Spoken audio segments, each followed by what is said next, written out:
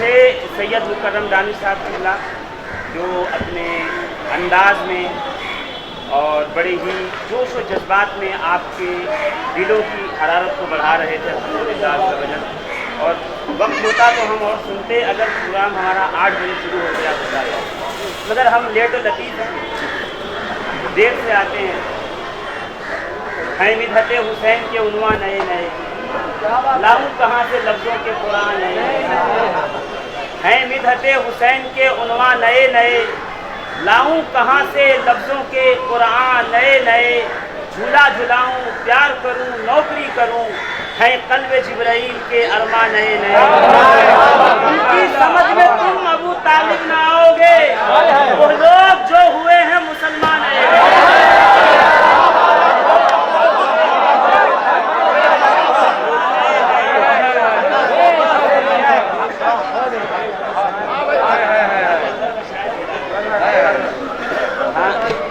یہ حسین کی ذات سے چلا ہے، کیونکہ ہم نے غریب النواز سے دین لیا ہے، کسی مولوی ملا سے نہیں لیا۔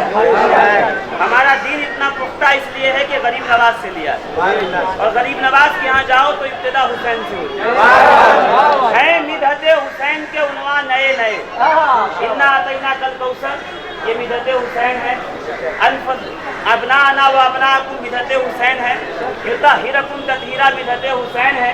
اور ابھی سید مکرم دانش صاحب کے ایک مرید نے نعرہ لگایا، تو میں اجازت کے ساتھ یہ بات اضافہ کرنا چاہتا ہوں اس کے اندر، عشق محبت۔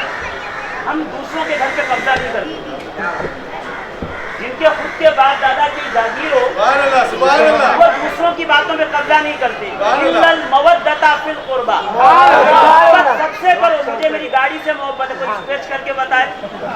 مجھے میرے کپڑے سے محبت ہے، کوئی اس کی سلوٹ ایسے غسل کے بتائے۔ مگر گاڑی، کپڑے اور اہل بیت کی محبت میں فرق ہے، اس لیے قرآن نے کہا ان سے محبت کی مودت کرو۔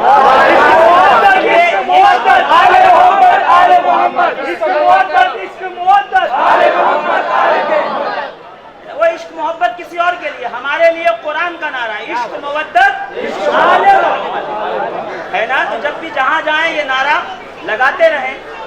ہاں، ہے مدحت حسین کے عنوان نئے نئے، قرآن کی ہر ایک آیت میں حسین کا عنوان رکھا ہے۔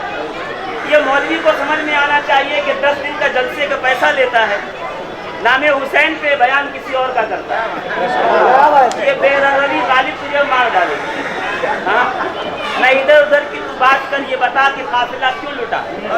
مجھے رہزنوں سے غرض نہیں، تیری رہبری کا سوال ہے۔ ہاں، وہ رہبروں کی غلطی ہے جن کے قبضے میں منبر و محراب، گڑبڑ وہاں سے ہوئی۔ خیر انشاءاللہ العزیز ہم ایسی ساری گڑبڑوں کو ٹھیک کرنے کا عزم مصمم کرتے ہیں۔ اور ایک مصنف جب کتاب لکھتا ہے تو زندگی کے تمام اثاثے کو، پوری زندگی کے مطالعے کو اپنی نگاہوں کے سامنے رکھ کر ایک وقت گزارتا ہے اور خرچ کرتا ہے، اس کے بعد کتاب معرض وجود میں آتی ہے۔ اس محنت کو دیکھتے ہوئے صفی پور شریف سے تشریف لائے ہوئے حضرت علامہ سید فیض حسن صفی صاحب قبلہ نے یہ حکم دیا ہے مجھے، اور میں چاہتا ہوں کہ اس کو راز نہ رہے ان کو کھول دوں۔ یہ ہماری یہ خدمت کچھ نہیں ہے، یہ صرف ہماری طرف سے ایک نذرانہ ہے علامہ فخر عالم شہداء کمالی صاحب کی بارگاہ میں۔ وہ اپنی جیب خاص سے 5786 روپے الحمدللہ نظر پیش کر رہے ہیں۔ اللہ ان کو ان کے جذبے کو قبول فرمائے، اور اللہ رب العزت علامہ فخر عالم شہداء کمالی صاحب کے علم میں عمل میں مزید ترقیاں عطا فرمائے۔ ابھی ہمارے سب سے پہلے خطیب علامہ عزیز الرحمان بقائی صاحب قبلہ، ہم لوگ چھوٹے چھوٹے تھے، مدرسے میں الف بے تے سے پڑھتے تھے، اس لیے کہ مولوی پڑھاتا تھا، مولا پڑھائے گا تو مولا الف با تا سا پڑھاتا ہے، مولوی پڑھائے گا تو الف بے تے سے پڑھاتا ہے۔ ہم لوگ جب اس وقت پڑھتے تھے تو حضرت تشریف لاتے تھے، خطاب ہوتا تھا۔ اولیاء اللہ پر خطاب کرنے کا جو ملکہ آج کو حاصل ہے وہ میں نے کسی میں ابھی تک تو نہیں دیکھا۔ نام بڑا ہونے سے کچھ نہیں ہوتا، کام بھی بڑے ہونے چاہیے، ہے نا۔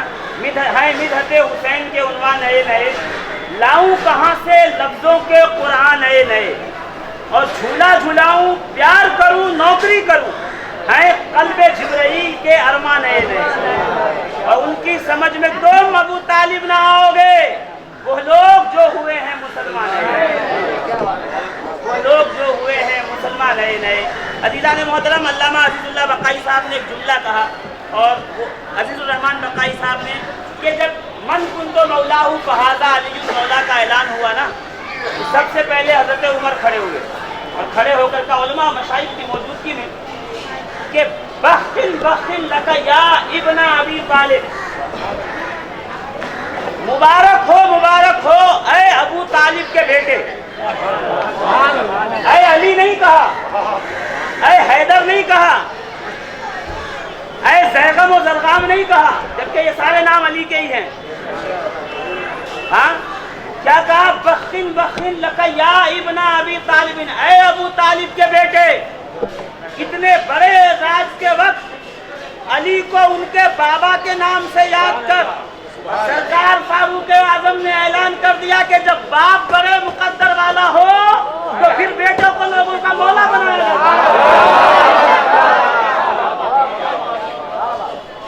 تو فاروق اعظم تو ابن ابا طالب کہیں اور مولوی کفر کا شمار کراتا چلے۔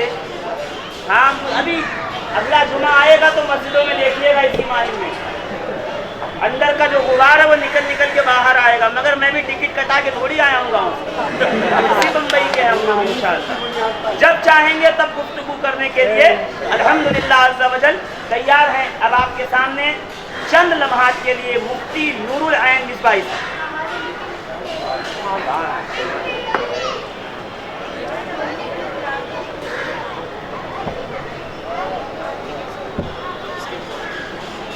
نعرہ تکبیر، نعرہ رسالت، نعرہ حیدری، نعرہ غوث، خواجہ کا ہندوستان۔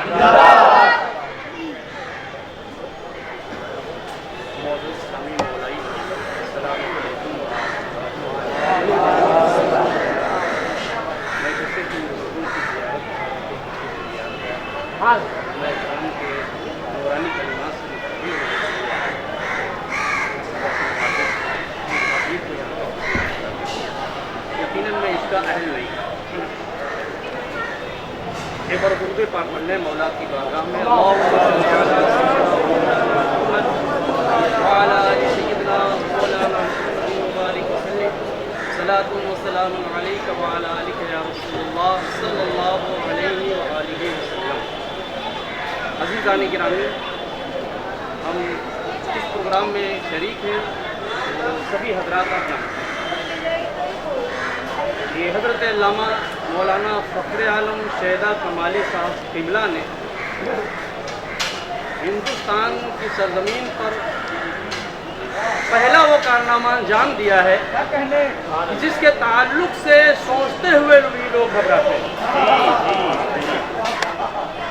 حضرت ابو طالب علیہ السلام رضی اللہ نہیں نہ رہا رضی اللہ اس کے لیے جسے اللہ کبھی ناراض رہا ہو تو ہم دعا کریں کہ اللہ راضی ہو کیا وہ ہے قرآن کی زبان میں مولا ابو طالب علیہ السلام وہ ہستی ہے جن سے اللہ رب العزت نے ازل ہی میں رسول اللہ کی نصرت و حمایت کا وعدہ دیا۔ آیت میثاق میں اللہ نے بیان فرمایا وَإِذْ أَخَذَ اللَّهُ مِيثَاقَ النَّبِيِّينَ لَمَا آتَيْتُكُم مِّن كِتَابٍ وَحِكْمَةٍ ثُمَّ جَاءَكُمْ رَسُولٌ مُصَدِّقٌ لِّمَا مَعَكُمْ لَتُؤْمِنُنَّ بِهِ وَلَتَنصُرُنَّهُ۔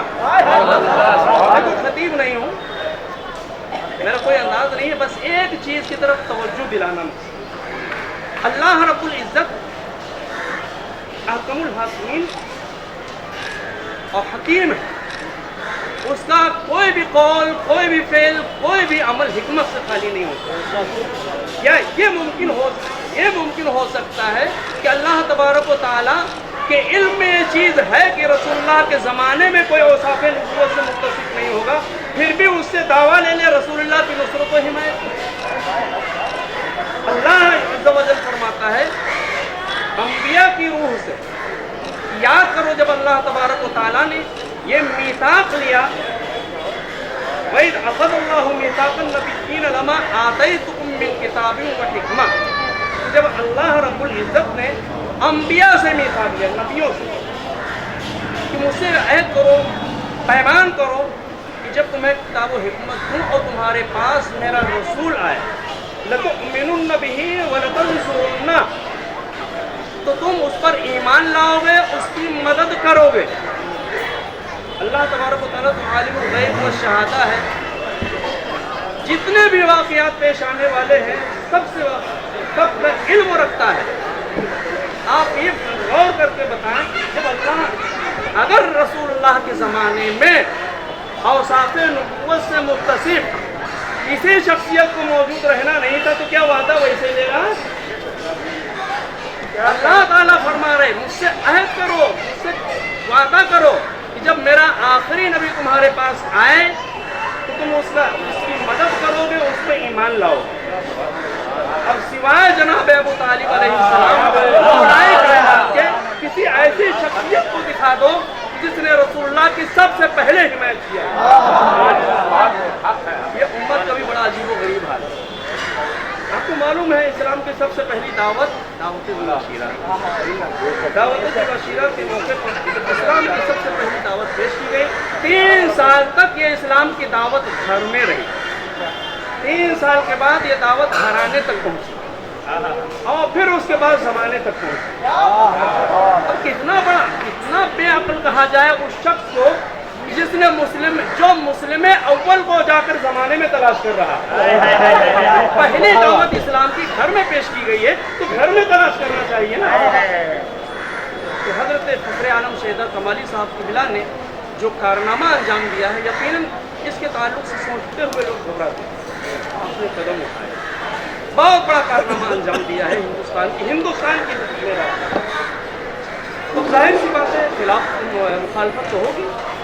ارے جس کے تعلق سے حضرت نہ برداشت کیا جائے، علیہ السلام کو برداشت کرنا ہے۔ حضرت جس کے تعلق سے نہ برداشت کیا جائے تو علیہ السلام رضی اللہ کہاں سے برداشت ہوں؟ تو مخالفتیں تو ہوں گی۔ ایک چیز میں آپ سے عرض کر رہا ہوں، سب سے بڑا مخالف، ہمارا مخالف سب سے بڑا جو ہتھیار لے کے آئے گا وہ اجماع کا ہے۔ اس سے بڑا کوئی ہتھیار نہیں، دعوے کے ساتھ کہہ دو اجماع سے بڑا اس کے پاس کوئی ہتھیار نہیں ہے۔ وہ یہی کہے گا کہ اس پر اجماع ہے، جمہور کا اجماع ہے۔ تو اس کے تعلق سے ایک چیز میں آپ سے عرض کر دے رہا ہوں تاکہ ان کو جواب دینے کے لیے آپ کے پاس میٹر فراہم ہو۔ یاد رکھیے کہ وہ نصوص قدسیہ ہیں جن کے صدقے میں جناب آدم کی توبہ قبول ہے۔ اور یاد کرو جب اللہ رب العزت نے آدم علیہ السلام کی تخلیق کے مقصد کو فرشتوں پر ظاہر کیا اور فرمایا کہ میں آدم کو اس روئے ارض پر روئے زمین کا خلیفہ بنانے والا ہوں، تو فرشتوں نے کیا کہا؟ اَتَجْعَلُ فِيهَا مَن يُفْسِدُ فِيهَا وَيَسْفِكُ الدِّمَاءَ، کہ پروردگار عالم کیا تو ایسے کوئی زمین پہ بھیجے گا، خلیفہ بنائے گا جو لوگوں کو خون بہائے، فساد کرے؟ تو سارے فرشتوں نے اجماع کیا تھا آدم کی تخلیق کے خلاف، سارے فرشتوں نے اجماع کیا تھا آدم کی تخلیق کے خلاف۔ لیکن کیا فرشتے کیا کبھی معصوم ہیں نا؟ کبھی غلط نہیں بول سکتے، ان سے گناہ نہیں ہو سکتا، غلطی نہیں ہو سکتی، غلطی کا امکان ہی نہیں ہے۔ تو جن سے غلطی کا امکان نہیں ہے، آدم کے خلاف اللہ نے جب ان کے اجماع کو رد کر دیا تو جن کے صدقے میں جناب آدم کی توبہ اس کے خلاف اس گنہگار امت کی اجماع کی حیثیت کیا ہے؟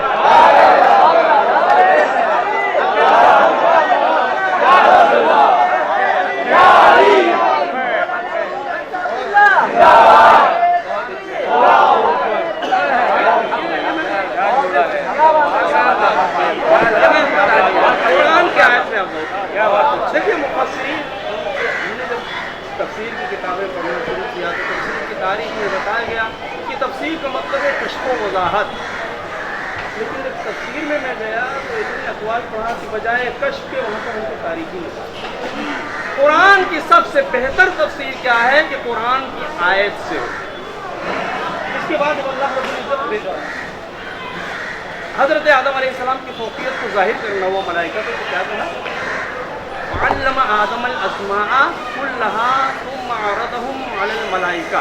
اور میں اکرام تشریف فرمائے تھوڑی سی میں عربی زبان کے تعلق سے مختصر گفتگو کرنا چاہتا ہوں. اللہ تعالیٰ فرماتا ہے وعلم آدم الاسماء كلها ثم عرضهم. جب آدم کی فوقیت کو فرشتوں پر جتانا ہوا اللہ نے آدم علیہ السلام کو اسماء کی تعلیم فرمائی. اس کی تفصیل میں ہم نے یہی فرمایا یہی پڑھا کہ اللہ نے آدم علیہ السلام کو 7 لاکھ زبانوں کا علم عطا کیا. اور یہاں پر جو اسماء کی تعلیم سے مراد ہے کائنات کی ساری چیزوں کے ناموں کے اسماء چیزوں کے نام بتائیں. میں جسارت کرتا ہوں اور اس سے اختلاف کرتا ہوں. وہ قرآن کے الفاظ کی روشنی وہ اس لیے بھائی اچھا اس میں بتائیں کہ یہاں تک کہ اللہ تبارک و تعالیٰ نے ہانڈی چمچا چمچ ان چیزوں کے بھی نام سکھا دیے. ککڑی مولی گاجر سبزی وغیرہ کے بھی نام سکھا دیے. بھائی ان چیزوں کی ناموں کی معرفت میں کیا فضیلت ہے. آیت میں غور کیجئے اللہ تبارک و تعالیٰ فرماتا ہے وعلم آدم الاسماء كلها ثم عرضهم. اللہ نے آدم علیہ السلام کو اسماء کے نام سکھائے. عرضهم یہ ہم کی جو ضمیر ہے یہ ذوی العقول کے لیے آتی ہے یعنی صاحبان عقل کے لیے آتی ہے. اللہ تعالیٰ فرماتا ہے پھر اسماء کی تعلیم فرمانے کے بعد اللہ نے انہیں فرشتوں پر پیش کیا. عرضهم. اب سوال یہ ہے کہ اگر کائنات کی ساری چیزیں ہیں تو اللہ تعالیٰ فرماتا ہے ذوی العقول یعنی کچھ شخصیتیں رب کی بارگاہ میں تھیں جن کو اللہ نے فرشتوں پر پیش کیا تھا اور پھر ان سے کہا انبئونی باسماء ہؤلاء. تم ان کے نام بتاؤ. ہؤلاء اس میں اشارہ برائے قریب ہے.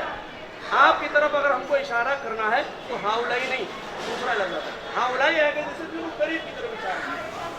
ہؤلاء ان کے نام بتاؤ. پتہ چلا اللہ تبارک و تعالیٰ ان نفوس قدسیہ کے نام بتانے کو کہہ رہا تھا جو اللہ رب العزت کے قرب خاص میں موجود تھے.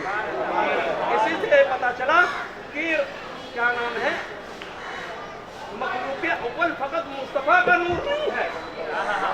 یہ اگر فقط مصطفیٰ کا نور ہوتا تو اس میں ہادا پتہ چلا مخلوق اول مصطفیٰ کا نور اور پنجتن کا نور ہے.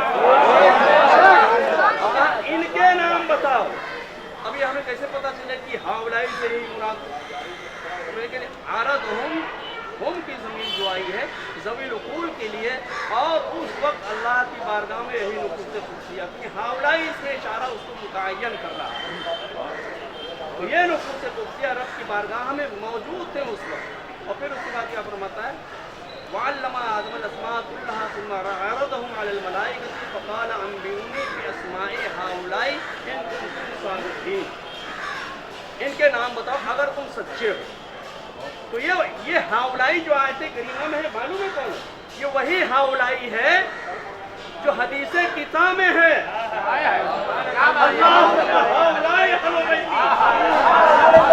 یہ آیت کریمہ میں وہی ہؤلاء ہے.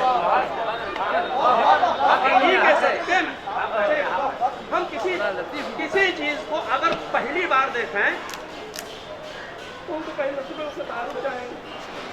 ہم یہ کون موجود ہے ابھی جیسے یہ پہلے سے تعارف ہے. ہم جاوید اختر کو نہیں جانتے ان کے چہرے کو نہیں جانتے. اولا پہلے تعارف ہے تو کوئی بتائے گا ہم سمجھ جائیں گے. لیکن کسی شخصیت کو ہم پہلی بار اگر دیکھیں تو ہم تھوڑی دیر تو اسی میں لگے رہیں گے ہے کون ان کی معرفت چاہیں گے. اچھا آپ یہ بتائیں جب آدم علیہ السلام نے پنجتن کے نام کو دیکھا تھا تو کیا کچھ غور کیا تھا سوچا تھا نہیں. فوراً ان کو سمجھ میں آ گیا ارے یہ وہ نفوس قدسیہ ہیں جن کے صدقے میں ہماری توبہ قبول ہو سکتی ہے. اس کا مطلب یہ ہے کہ معرفت پہلے سے تھی. معرفت کب تھی؟ اسی وقت جب اللہ رب العزت نے تعلیم فرمائی اسماء کی وعلم آدم الاسماء کے ذریعے. تو آدم علیہ السلام کو ان پنجتن کی معرفت پہلے سے تھی. اور لیکن کیا ہوتا ہے معرفت تو ہوتی ہے لیکن کسی وجہ سے افکاری دنیا میں الجھ جانے کی وجہ سے کبھی وہ چیز ذہن سے نکل جاتی. جب اسماء کو دیکھا تو کہا ارے یہ وہ نفوس قدسیاں ہیں جن کی معرفت نے مجھے فرشتوں پر فوقیت دیا تھا ارے یہی تو ہے ہمارے واسطے وسیلہ اور ذریعہ فوراً اپنے آپ کے توسل سے ہوا۔ یہ بھی میں اپنے پاس سے نہیں کہہ رہا ہوں، بہت سے مفسرین جن میں حضرت علامہ جلال الدین سیوطی رحمۃ اللہ تعالیٰ علیہ بھی ہے، آپ اپنی تفسیر در منصور میں باقاعدہ اس کو نقل کیا ہے کہ جناب آدم علیہ السلام نے ان پنجتن کے صدقے میں ان کو وسیلہ بنا کر دعا کی۔ عرض میں کر رہا تھا یہ آدم علیہ السلام کے خلاف اللہ تبارک و تعالیٰ جب معصوم فرشتوں کے اجماع کو ٹھکرا دے رہا ہے تو جن کے صدقے میں جناب آدم کی توبہ قبول ہوئی ان کے خلاف اگر یہ گنہگار امت اجماع کر لے اس کی حیثیت کیا ہے؟ آپ یہ جواب ان کو ان کے اجماع کر دیں کہ اس سے بڑی دلیل ان کے پاس کوئی نہیں۔ اللہ تبارک و تعالیٰ کی بارگاہ میں دعا ہے پروردگار عالم ہم سب کے دلوں میں سچی مودت اہل بیت راسخ فرمائے اور اسی پر جینے اسی پر مرنے کی توفیق عطا فرمائے۔ السلام علیکم ورحمۃ اللہ وبرکاتہ۔